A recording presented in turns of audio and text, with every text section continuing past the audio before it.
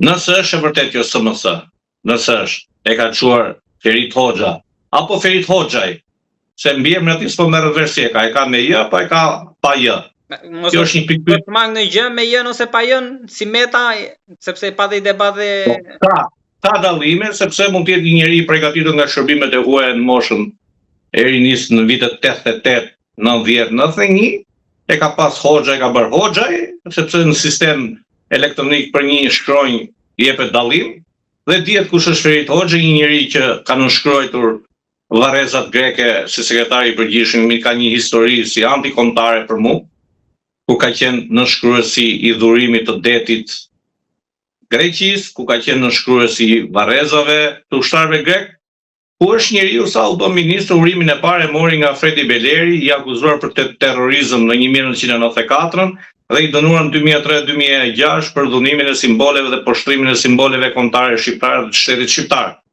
Pra kjo është ndarja e parë për Ferit Hoxhën si ministër i jashtëm, një njeri që zoti Rama në 2009 e quajti tradhtar të kombit shqiptar, nëse 2026 i jep portofolin e Ministrisë Jashtme për të mbaruar ato punët anti-shqiptare, sepse Ferit Hoxha mban, domethënë i bën ato tradhtit, paktën bazë dokumentave zyrtare, sipas meja dhe sipas gjithëve. Tani dalim të SMS-ja. Duhet ta ndajmë. Ministri i Jashtëm joni Ferit Hoxhaj apo Ferit Hoxhaj e ka thënë idiot për shqiptarët e Maqedonisë, po e ka thënë idiot për Vlenin. Është shumë domethënës. Tani Vleni e mori për vetë atë. Këtu është pikpyetje e madhe. Pra e ka thënë në tërësi shqiptarët e Maqedonisë apo e ka thënë për Vlenin? Fjala idiot është fjalë italiane latine, ka të përbëj njerëzit e paditur. Nëse do kishe përdorur një termologji njerëzit e paditur, nuk do kishe kaq bujë.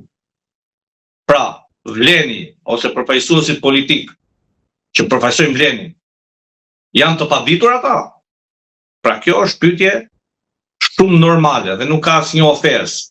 Po duke përdorur një term italian apo latin, idiot, lind sigurisht e rënd. Pra, janë të paditur. Po janë të paditur. Janë. Për gjykimin tuaj janë të paditur.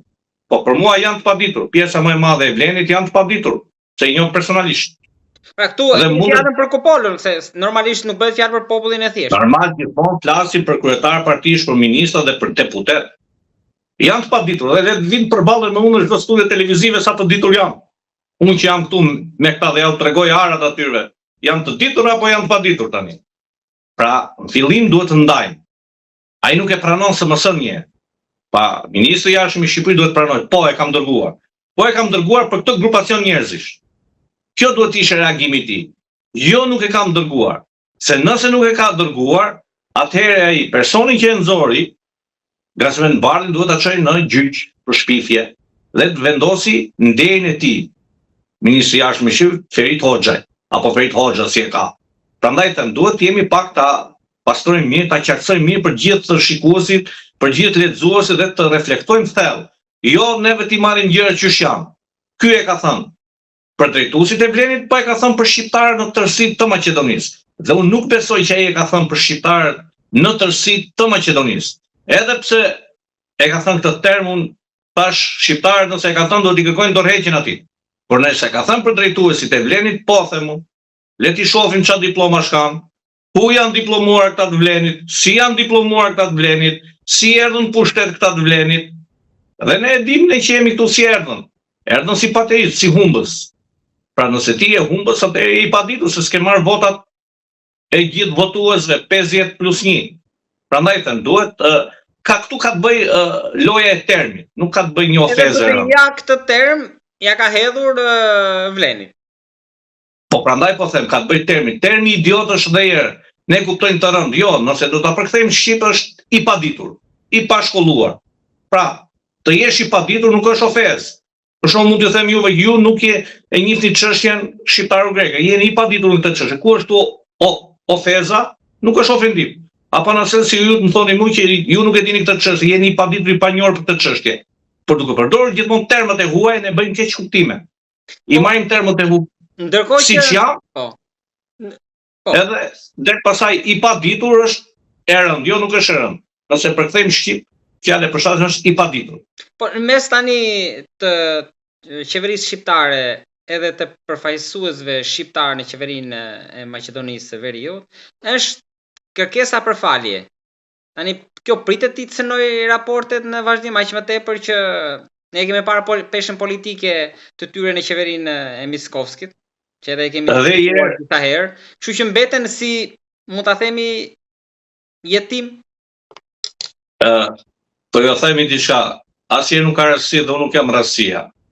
Ai që e ka kërkoj falje është ministri i ekonomisë. Po Durmishin në mos gaboj. Unë e kam gjithë shpinatën, edhe këtu po jap intervistë, muri im është njëjtë me murin e atij. Nuk ka rasti.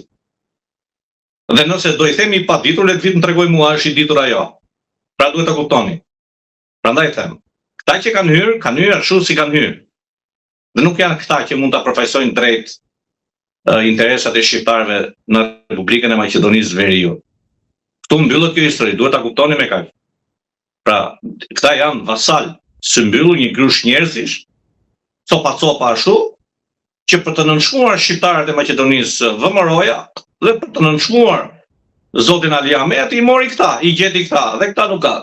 E para. E dyta, jeni realist që 2-3 herë kryeministri Rama e ka degraduar dhe nuk e ka pranuar në takime Bilal Kasami, kryetarin e komunës së Tetovës dhe kryetari i Lëvizjes Besa, që ka 3 deputete, dhe ky Dërmyshi vjen nga partia e tij dhe është kryetar i Lëvizjes Besa për Tetovën.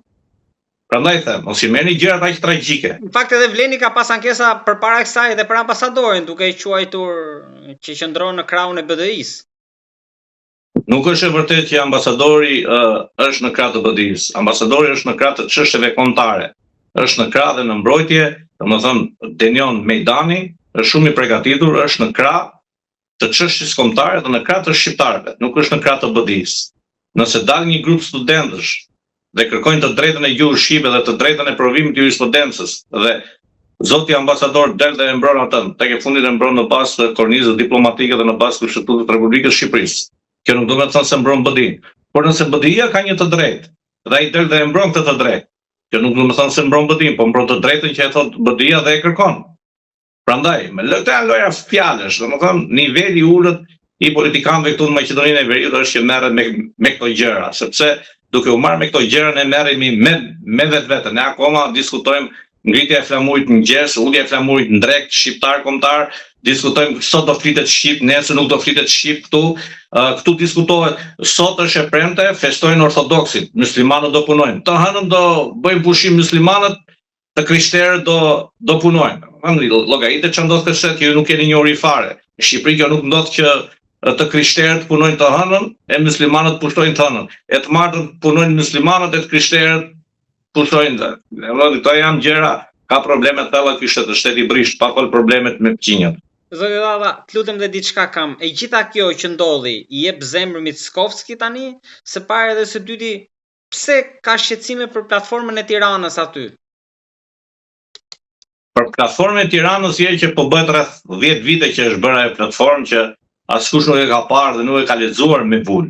Thjesht është fjalë urbane, i them rrugë që thonë është kështu.